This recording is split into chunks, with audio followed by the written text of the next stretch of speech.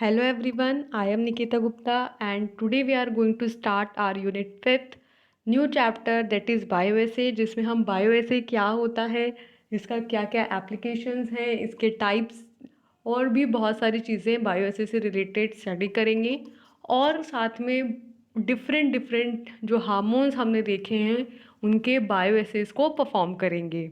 So let's move to the chapter. सबसे पहले हम ये समझते हैं कि बायोएसेज होते क्या हैं।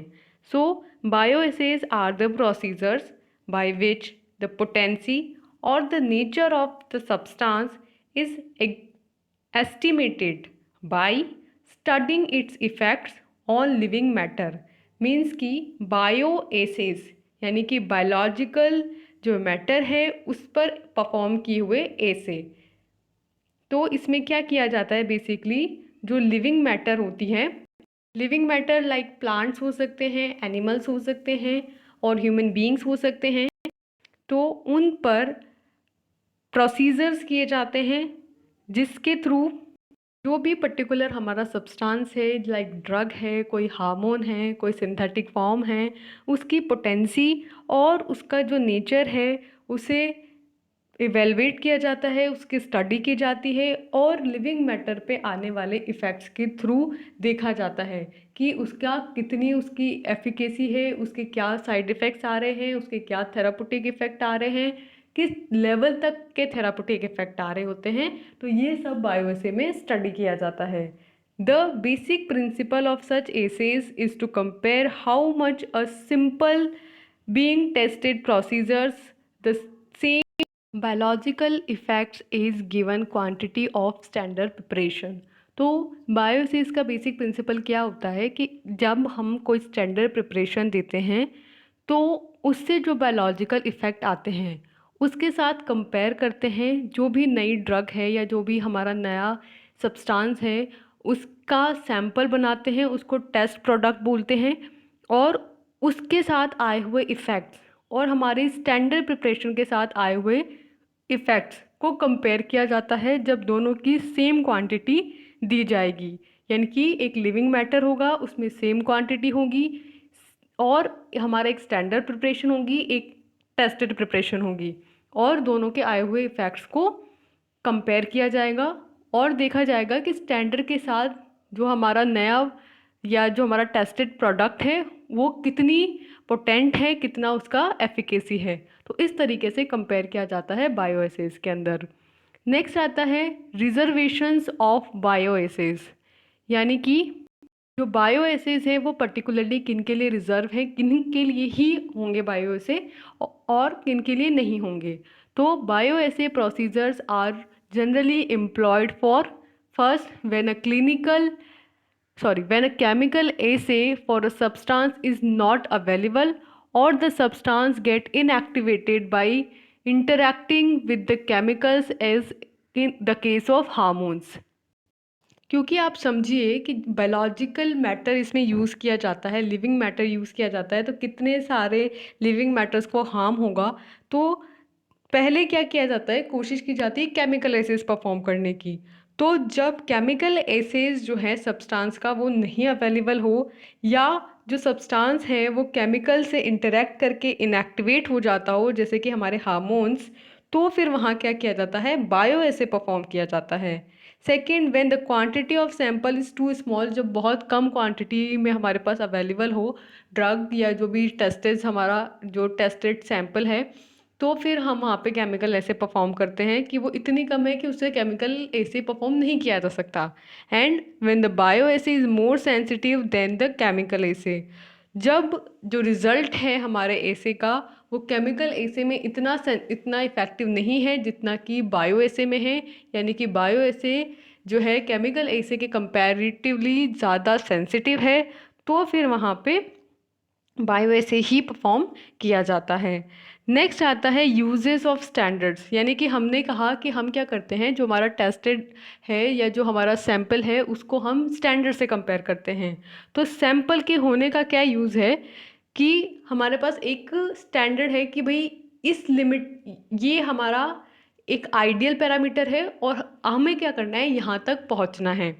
तो Bioassays are designed to measure relative potency of two preparations, usually a standard and a unknown. Means कि बायोअसे में क्या होता है कि जो एक स्टैंडर्ड है और एक जो अननोन है, जो सैंपल है हमारा, जो टेस्ट है, उन दोनों की जो पोटेंसी है उसे टेस्ट किया जाता है with the same quantity of preparation. And use of standard substance for comparison also help in solving problems arising out of biological variations. अब हमारे पास जो स्टैंडर्ड है यानी कि जो एक आइडियल है, तो हमने जैसे कोई नई ड्रग डिस्कवर की या कोई नया हार्मोन को हम टेस्ट कर रहे हैं, तो उसको हम देंगे, हम देख रहे हैं कि उसकी पोटेंसी स्टैंडर्ड से कम है, तो हम ये कंपेयर कर सकते हैं कि स्टैंडर्ड में ऐसी कौन सी क्वालिटीज़ हैं जो उसे अचीव करनी है. ठीक है, जैसे कि एक रोल मॉडल होता है, तो हम क्या कर रहे हैं, उस रोल मॉडल तक पहुंचने की कोशिश कर रहे हैं, तो उसके लिए वो सारे स्टेप्स फॉलो करेंगे जो उस रोल मॉडल ने रोल मॉडल बनने के लिए किए हैं.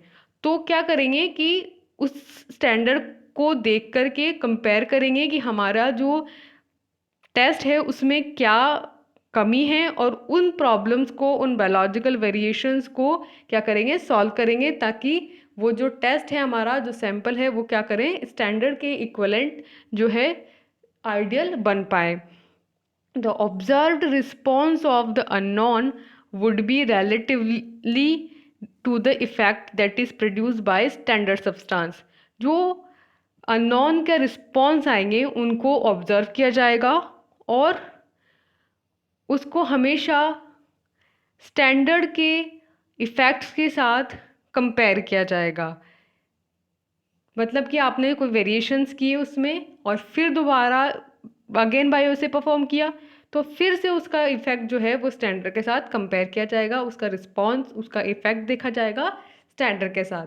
सो इस तरीके से स्टैंडर्ड को यूज़ किया जाता है, पहला कंपेयर करने के लिए और दूसरा वेरिएशंस करने के लिए, जो हमारा सैंपल है उसको अपग्रेड करने के लिए.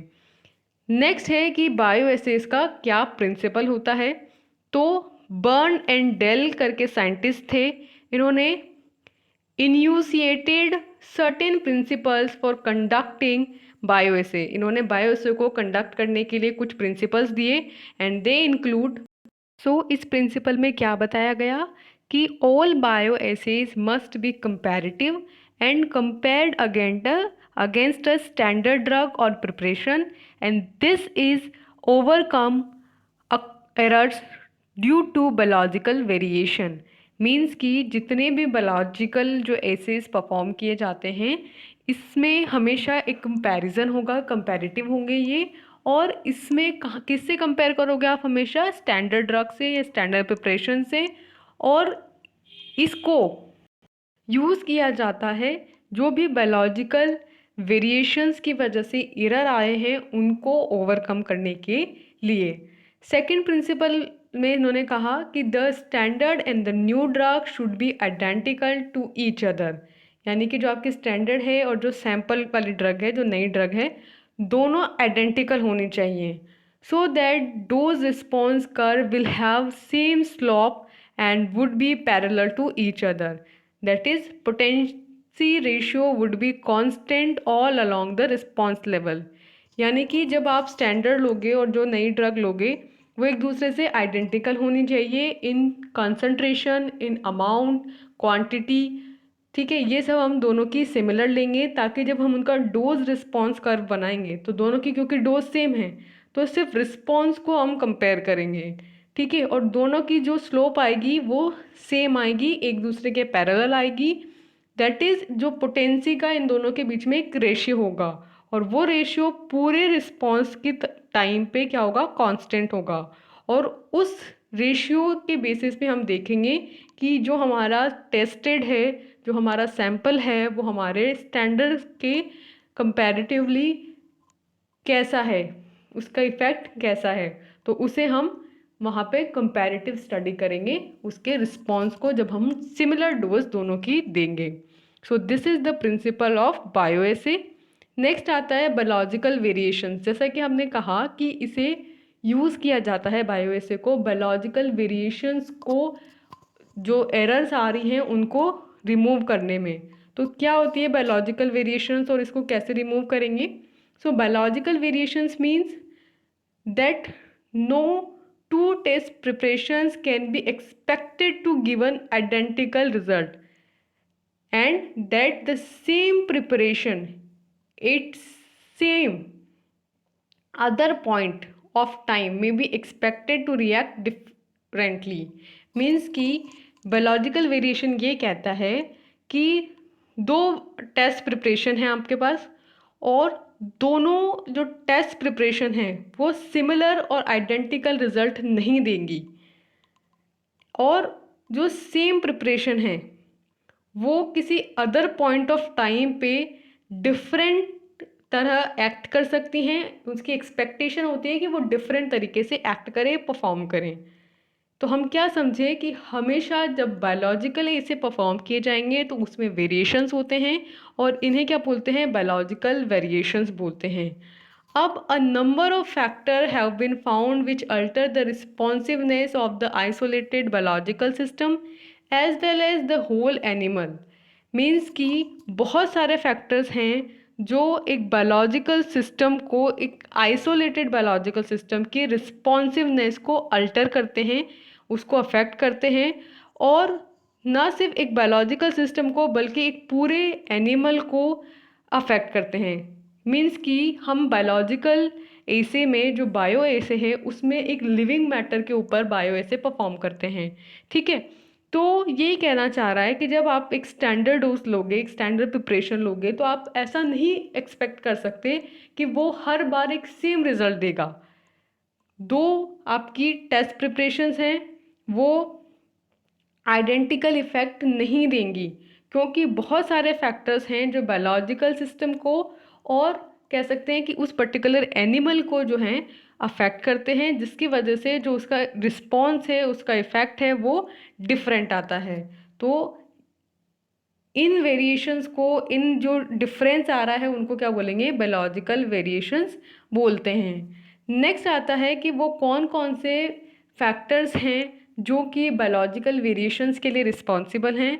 तो पहले आता है इन्वायरमेंट, सेकंड है टेम्परेचर, मीन्स कि आपका इन्वायरमेंट कैसा है, टेम्परेचर कितना है, डाइट कैसी है उस एनिमल की, सॉल्वेंट जिसमें आपने डिज़ोल्व किया है आपके टेस्ट सैंपल को, स्पीशीज़ कौन सी है, स्पीशीज़ की स्ट्रेन कौन सी है, सेक्स मेल है या फीमेल है, एज कितनी एज का है वो एनिमल, नेक्स्ट उस वेट, हो सकता है कि सेम एज के हों लेकिन डिफरेंट डिफरेंट वेट के हों वो एनिमल, और सीज़न कि आप कौन से सीज़न में दे रहे हो, क्योंकि हर सीज़न में एनिमल्स में एक हार्मोनल डिफरेंस चल रहा होता है, एंड इन एक्सपीरियंस यानी कि कोई नया कोई और फैक्टर हो सकता है जिसे अभी तक एक्सपीरियंस नहीं किया हो, वो भी एक फैक्टर हो सकता है। तो बहुत सारे फैक्टर्स हैं जो बायोलॉजिकल स्पीशीज़ के चेंज के लिए, उसके रिस्पॉन्स के लिए मैटर करते हैं, और जो क्या करते हैं उसके इफ़ेक्ट के लिए, जो भी हमारी टेस्ट है, जो भी हमारे स्टैंडर्ड है, उसके एक्शन को डिटरमाइन करते हैं। तो यहाँ जो बताया है वो है बायोलॉजिकल वेरिएशंस। देन हम बायो एसेज जो हमने अभी तक पढ़ा है इसके क्लासिफाई करा है हमने दो टाइप में। तो बायो एसेज को उनके टाइप्स पढ़ेंगे कि वो कौन कौन से टाइप के होते हैं और किस बिहाफ पे उन्हें क्लासिफाई किया है। तो अगर हम क्लासिफिकेशन बात करें बायो एसे की, तो bioassays may be broadly classified into two types depending upon the type of response recorded. यानी कि जैसा रिस्पॉन्स रिकॉर्ड किया गया है उसके अकॉर्डिंग जो बायो एसेज हैं उन्हें दो टाइप में क्लासिफाई किया है। पहला है क्वांटल एंड सेकंड है ग्रेडेड। तो क्या होता है क्वांटल बायो एसे और ग्रेडेड बायो एसे, ये देखते हैं। तो सबसे पहला है हमारा क्वांटल बायो एसे। तो the quantal bio essay is an all और नन फिनोमिना। क्वांटल बायो एसे क्या कहता है, ऑल और नन, यानी कि जैसे कि आपने पढ़ा होगा कि ऑल एंड नन में क्या होता है कि या तो रिस्पॉन्स देगा और फुल रिस्पॉन्स देगा, और या फिर बिल्कुल भी रिस्पॉन्स नहीं देगा। तो इस तरह के फिनोमिना को बोलते हैं quantal, sorry no all and none phenomena, जो कि क्वांटल बायो एसे में परफॉर्म किया जाता है। तो in this form of bioassay at least two groups of animals are employed.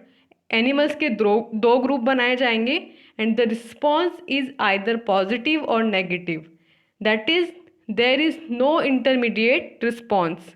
Means कि अगर हमने कोई टेस्ट परफॉर्म कर रहे हैं तो या तो उसका पॉजिटिव इफेक्ट आएगा, यानी या तो एक्शन परफॉर्म होगा, या फिर कोई एक्शन परफॉर्म नहीं आए होगा, यानी कि नेगेटिव रिस्पॉन्स आएगा। कोई इंटरमीडिएट रिस्पॉन्स नहीं आता है कि आया तो है पर पूरा नहीं आया है, ऐसा कोई फेज नहीं होती है, या तो रिस्पॉन्स आया है या रिस्पॉन्स नहीं आया है। तो इसको बोलते हैं ऑल एंड नन फिनोमिना। जैसे कि फॉर एन एग्जाम्पल इंसुलिन का अगर हम कहें तो इंसुलिन इंड्यूसेस हाइपोग्लाइसेमिक, यानी कि इंसुलिन क्या करता है, हाइपोग्लाइसेमिया कोज करता है, ग्लूकोज का जो लेवल है ब्लड में उसे कम कर देता है। ठीक है, तो उसे हम कैसे देखते हैं, उसके कन्वल्सिव एक्शन के थ्रू देखते हैं। यानी कि जब एनिमल्स में जो इंसुलिन दिया जाता है, इंजेक्ट करवाया जाता है, तो एनिमल में कन्वर्जन के इफेक्ट शो होते हैं, जिससे कि ये पता किया जाता है कि हाइपोग्लाइसेमिक इफेक्ट जो है वो इंसुलिन शो कर रहा है या नहीं कर रहा है। तो इसके लिए जो animal receiving insulin either show convergence और डज नॉट, तो जब हम इंसुलिन इंजेक्ट कराएंगे उस एनिमल में तो या तो वो कन्वर्जन शो करेगा या नहीं करेगा। ऐसा नहीं होगा कि कन्वर्जन शो तो होंगे पर वो कम्प्लीटली नहीं होंगे, और या फिर कम अमाउंट में शो हो रहे हैं, ऐसी कंडीशन नहीं होती है। तो कन्वर्जन अगर हो रहे हैं तो यानी कि हाइपोग्लाइसेमिक इफेक्ट शो हो रहा है, और अगर कन्वर्जन नहीं हो रहे हैं यानी कि हाइपोग्लाइसेमिक इफेक्ट शो नहीं हो रहा है। तो इस प्रिंसिपल पे जो है वो क्वांटल बायोएसे परफॉर्म किया जाता है। सेकेंड अगर हम एग्जाम्पल दें तो animal receiving a dose of drug as in toxicity studies either dies or not die. जैसे कि अगर हम टॉक्सिसिटी स्टडी कर रहे हैं तो एनिमल को जब हम कोई ड्रग देंगे, कोई ड्रग की डोज देंगे पर्टिकुलर अमाउंट, तो या तो वो एनिमल मर जाएगा या फिर वो नहीं मरेगा। ऐसा नहीं होगा कि वो आधा अधूरा मरा है, ऐसी कोई कंडीशन नहीं आती है। या तो वो मरेगा यानी कि उसमें जो नेगेटिव है या टॉक्सिसिटी शो हो रही है तो टॉक्सिसिटी के लिए पॉजिटिव इफेक्ट शो होगा, और अगर वो नहीं मरता है तो टॉक्सिसिटी के लिए नेगेटिव इफेक्ट होगा। तो इस तरीके से क्वांटल बायोएसे परफॉर्म किए जाते हैं। सेकंड आता है हमारा ग्रेडेड बायोएसे। तो इसमें क्या होता है, graded bioassay are those that are measured by continuous variables such as weight, body temperature, blood glucose level, blood pressure, the number and strength of contraction of heart, respiratory rate, the extent to which an isolated tissue contract or relaxes। तो graded response में क्या होता है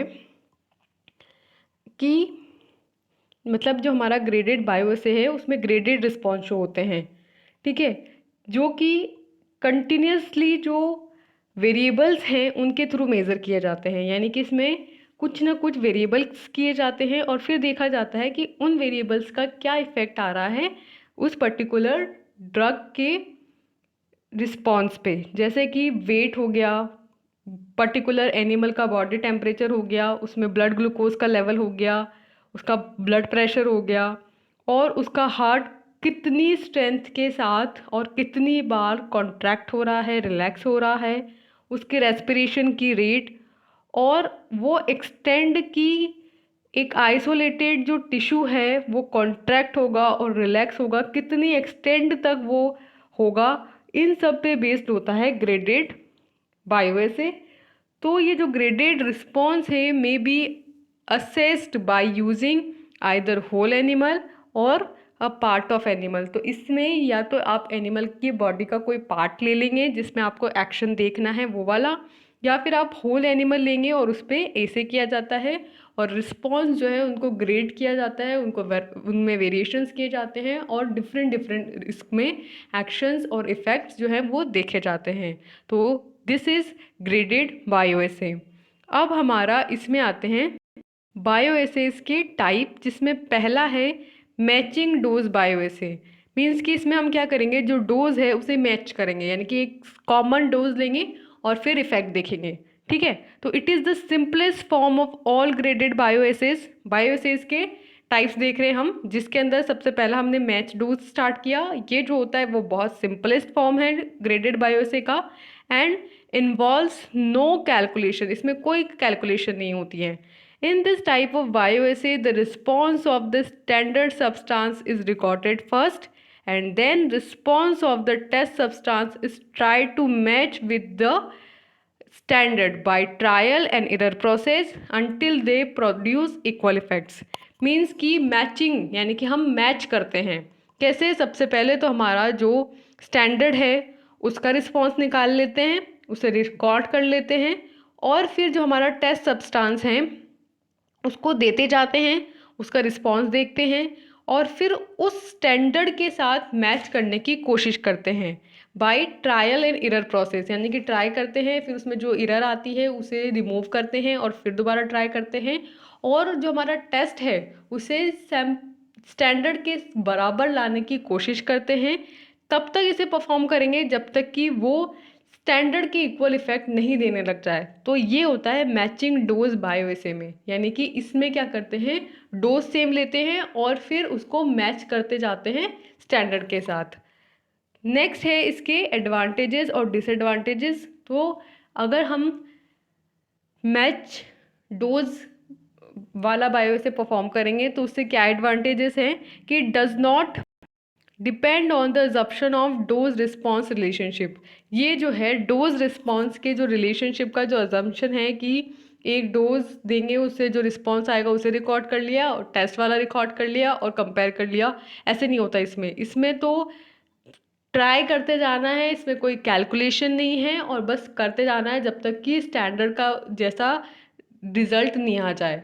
और disadvantage ये है कि ये प्योरली एक सब्जेक्टिव मेथड है, ठीक है। Ineffective as preliminary effects are not utilize in the final assessment. ये इनइफेक्टिव होता है क्योंकि इसमें जो प्रीलिमिनरी इफेक्ट्स आते हैं वो फाइनल असेसमेंट में यूटिलाइज ही नहीं होते हैं। और नेक्स्ट अगर हम कहें कि लॉट ऑफ एक्सपेरिमेंटल एरर्स होती है which can not be determine. इसमें बहुत सारे एरर्स होती हैं और हम नहीं डिटरमाइन कर पाते कि किस वजह से जो हमारा सैंपल है वो स्टैंडर्ड के मैच नहीं हो पा रहा है, और उसमें जो एरर्स आती हैं उसको हम नहीं डिटरमाइन कर पाते हैं। तो these are the disadvantage associated with this method. अब इसे ग्राफिकल फॉर्म में अगर हम बताएं तो बायोएसे बताया है एसिटाइल कोलिन का बाय मैचिंग मेथड, जिसमें जो वॉल्यूम लिया है बायोएसे में वो है 20 ml, टेंशन है 1 ग्राम एंड मैग्नीफिकेशन है 1:10। तो ये आपने एसिटाइल कोलिन लिया और उसका रिस्पॉन्स देखा कि इतनी डोज पे इतना रिस्पॉन्स, जब डोज बढ़ाई तो उसका इतना रिस्पॉन्स, ऐसा डोज बढ़ाते गए रिस्पॉन्स जो है वो बढ़ता गया। फिर रिस्पॉन्स जो है डोज जो है वो कम करी तो रिस्पॉन्स जो है वो कम हो गया, और फिर डोज अगेन बढ़ाते गए तो फिर से बढ़ता गया। तो हमने क्या देखा कि डिफरेंट डोज दी हमने और डिफरेंट उनके ग्राफ बनाए और स्टैंडर्ड के बनाए, और फिर उसके साथ उसको मैच करने की कोशिश की। तो ग्राफिकल फॉर्म में भी उसे फिर हमने रिप्रेजेंट किया। तो इस तरीके से मैचिंग मेथड परफॉर्म किया जाता है। नेक्स्ट हमारा आता है ब्रैकेटिंग डोज बायोएसे। तो इसमें क्या होता है ब्रैकेटिंग डोज में कि it is also simple assay procedure, ये भी सिंपल सा ही होता है, which is employed when the test sample is small. इसको तब परफॉर्म किया जाता है जब हमारा जो सैंपल है वो उसकी जो क्वांटिटी है वो बहुत कम है हमारे पास। And in this method the response due to a constant dose of the test sample is bracketed between the greater and smaller response. Means कि हम जब टेस्ट सैंपल देंगे तो उससे जो रिस्पॉन्स आएगा उसको हम ब्रैकेट में लिखेंगे। उस ब्रैकेट में उसका ग्रेटेस्ट रिस्पॉन्स होगा और जो स्मॉलर रिस्पॉन्स होगा वो होगा due to varying dose of standard substance that provide closest bracket. और हमारे पास जो स्टैंडर्ड है उसका जो रिस्पॉन्स है वो कैसा होगा, वेरिंग डोज का होगा, और उसे क्लोजेस्ट ब्रैकेट में बताएंगे। यानी कि उसमें भी एक ब्रैकेट होगा जिसमें जो अमाउंट है वो क्लोजेस्ट इनफ होगा। टेस्ट सैंपल में भी एक ब्रैकेट में ही रिस्पॉन्स होगा और वो जो भी होगा वो होगा, और उस दोनों को कंपेयर किया जाएगा स्टैंडर्ड के ब्रैकेट में लिखे हुए रिस्पॉन्स और टेस्ट के ब्रैकेट में लिखे हुए रिस्पॉन्स को, जो कि क्योंकि डोज कम होने की वजह से एक वेरिएशन इसमें आता है, एक रेंज आती है, एक एक्यूरेट अमाउंट हमारे पास नहीं आ पाती है। तो इसमें कैसे ग्राफिकल आएगा कि एज सिमिलर जैसे हमने मैचिंग में देखा था वैसे ही ब्रैकेटिंग हमारा पास मेथड है, और इसमें भी सिमिलरली एसिटाइल कोलिन के लिए परफॉर्म किया है, लेकिन वहाँ हमने बाथ वॉल्यूम 10 ml लिया था या 20 ml लिया है, और फिर उसके लिए हमने डिफरेंट डोजेस पे उसका जो रिस्पॉन्स है वो देखा है। सो इस तरीके से ब्रैकेटिंग मेथड परफॉर्म किया जाता है। नेक्स्ट हमारा है इंटरप्लोटेशन मेथड, जिसमें प्लॉट करेंगे of course. So this method is based on the assumption of dose response relationship. हमने पहले ये कहा था कि जो हमारा मैचिंग मेथड है वो डोज रिलेशनशिप जो अजम्पशन है उससे फ्री है, लेकिन जो हमारा इंटरप्लोटेशन मेथड है वो डोज रिस्पॉन्स रिलेशनशिप के अजम्पशन पे ही बेस्ड होता है। At first, the concentration response curve due to graded dose of standard substance followed by the dose response curve of test substance are recorded, then the two standard doses and one test doses, two standard and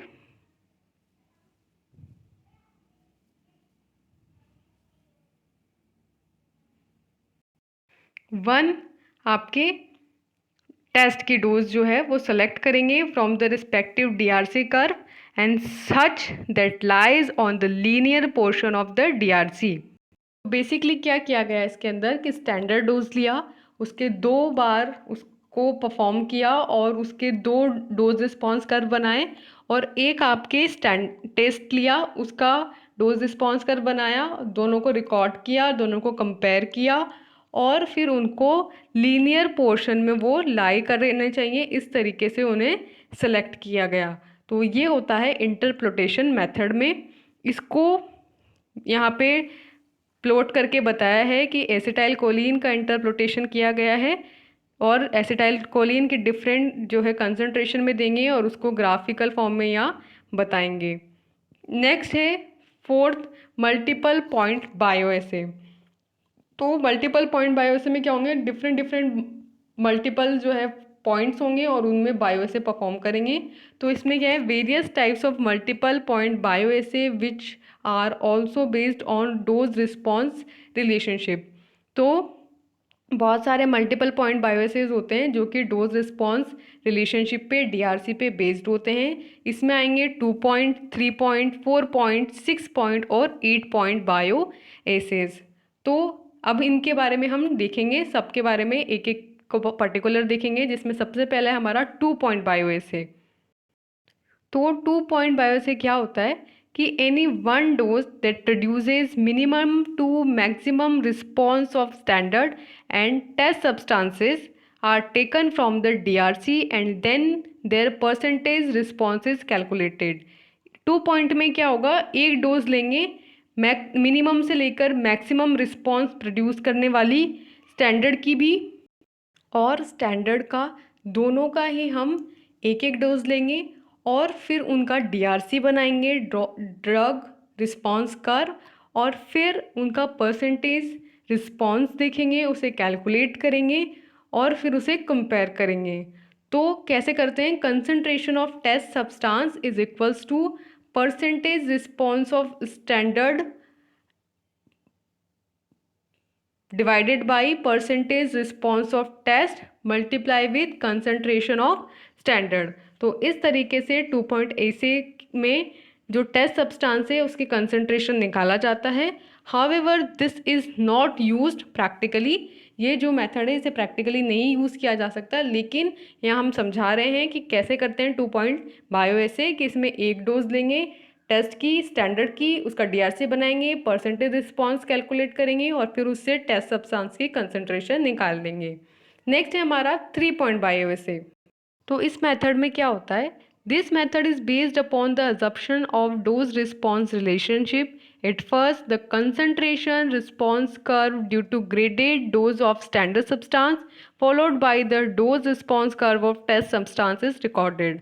ये जो है ये DRC पे based है, test का और standard का दोनों का डीआरसी बनाएंगे और दोनों को कंपेयर करके उनसे क्या निकालेंगे, जो पोटेंसी है वो कैलकुलेट करेंगे। तो इस मेथड में जो हमारा अननोन है, जो हमारा सैंपल है, उसकी कंसंट्रेशन कैसे फाइंड आउट की जाती है, तो इसके लिए एक फॉर्मूला है जिसमें concentration of unknown is equals to N2 divided by T multiply with anti log of T minus S1 divided by S2 minus S1 multiply with log N2 upon N1 bracket close CS, जहाँ पे N1 और N2 अगर कहें तो यानी कि standard dose, N1 मतलब lower standard dose और N2 मतलब हायर स्टैंडर्ड डोज, T मतलब टेस्ट डोज, S मतलब होता है रिस्पॉन्स, S1 यानी कि N1 का रिस्पॉन्स और S2 यानी कि N2 का रिस्पॉन्स, T यानी कि जो हमारा टेस्ट है उसका रिस्पॉन्स, एंड CS यानी कि कंसंट्रेशन ऑफ स्टैंडर्ड। तो इस तरीके से 3 पॉइंट बायोएसे परफॉर्म किया जाता है, जिसमें स्टैंडर्ड और जो डोज आपके सैंपल की डोज है उसके साथ DRC बनाया जाता है और फिर दोनों के रिस्पॉन्स को DRC कर्व्स के थ्रू कंपेयर करके रिकॉर्ड किया जाता है। नेक्स्ट आता है इसका DRC कर्व, जिसमें एसिटाइल कोलिन के लिए परफॉर्म किया जाता है। बाथ वॉल्यूम अगेन 20 ml लेंगे, टेंशन 1 ग्राम, मैग्नीफिकेशन 1:100 और डिफरेंट कंसंट्रेशन पे रिस्पॉन्स जो है उसे रिकॉर्ड किया जाता है। नेक्स्ट है आपका 4 पॉइंट बायोएसे, जिसमें क्या होता है, this method is also similar to 3 point bioassay, but in this method 2 doses of standard and 2 doses of test are used.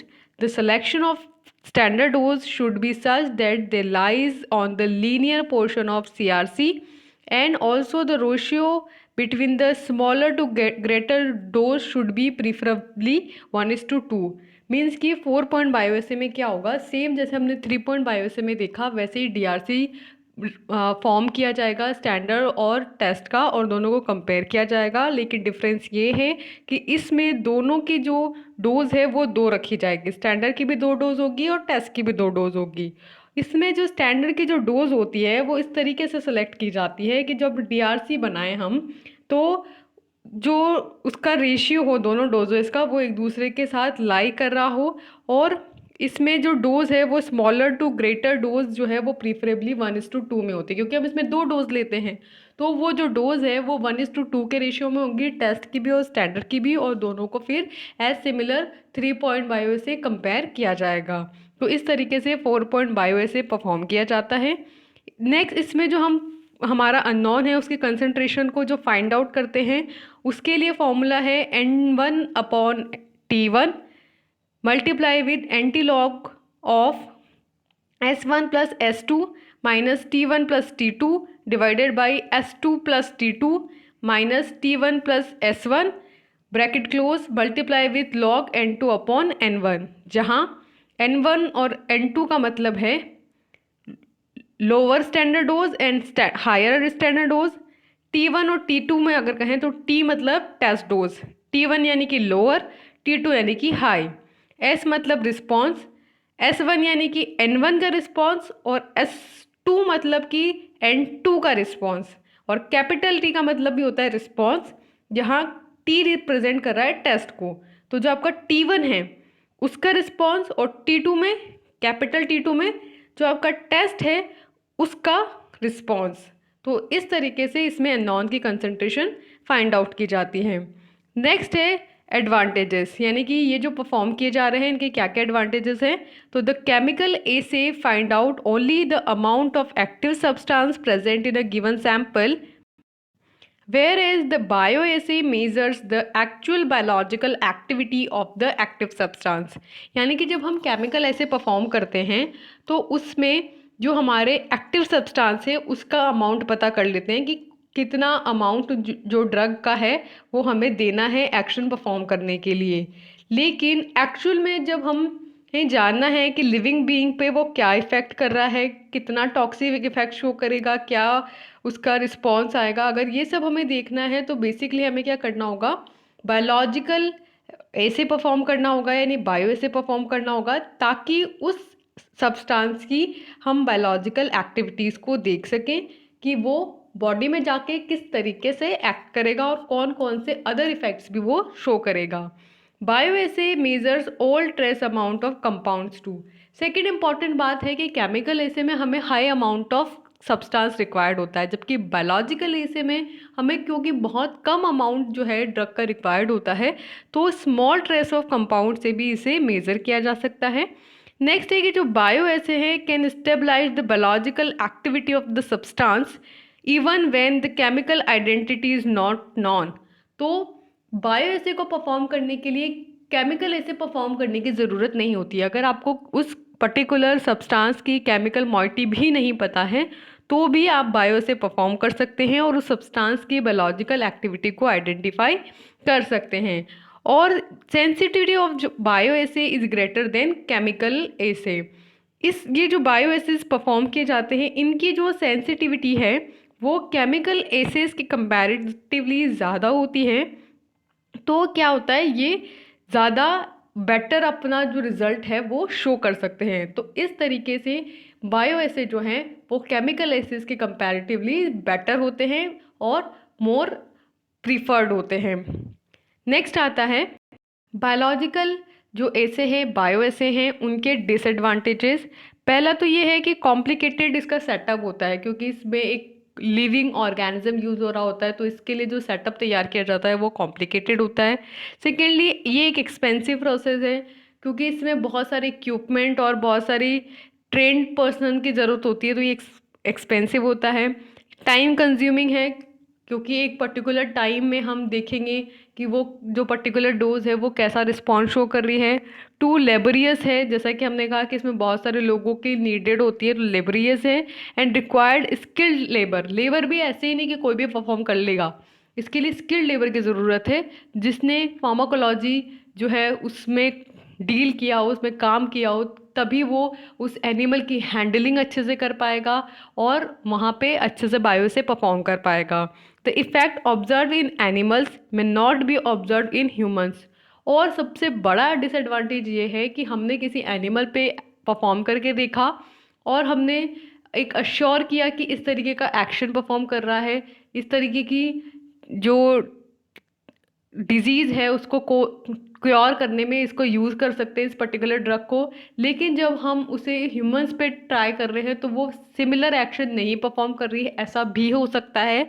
तो ये एक सबसे बड़ा डिसएडवांटेज है कि एनिमल्स पे जो ऑब्जर्व हुए हैं आपको इफेक्ट्स, वो ह्यूमंस में भी हों इसकी कोई श्योरिटी नहीं होती है। देन आते हैं हमारे एप्लीकेशंस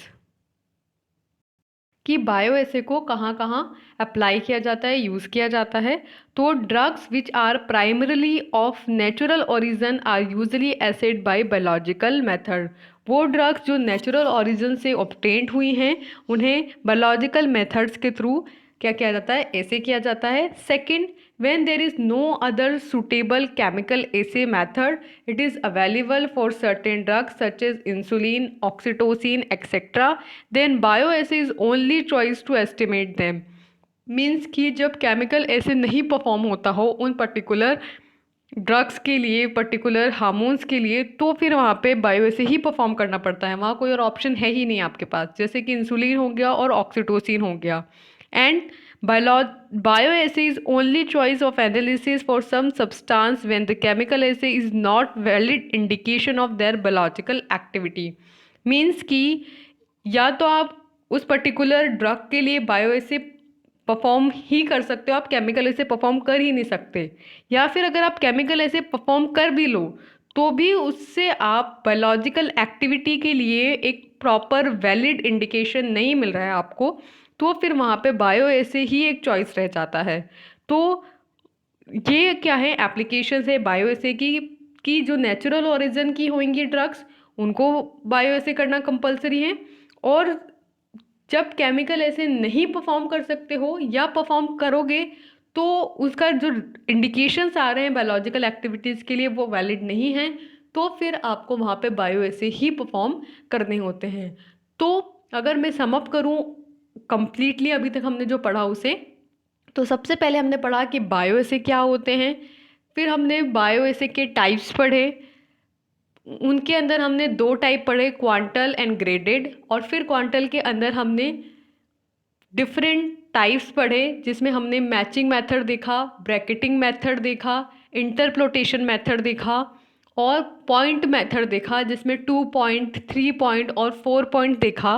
देन हमने बायोएसे के एडवांटेजेस देखे, डिसएडवांटेजेस देखे और फाइनली हमने बायोएसेस के एप्लीकेशंस देखे। सो यहाँ हमारा बायोएसे का जो जनरल इंट्रोडक्शन है वो कंप्लीट होता है। नेक्स्ट हम डिफरेंट ड्रग्स के बायोएसेस कैसे परफॉर्म होते हैं और क्या होते हैं वो देखेंगे। So for now, thank you.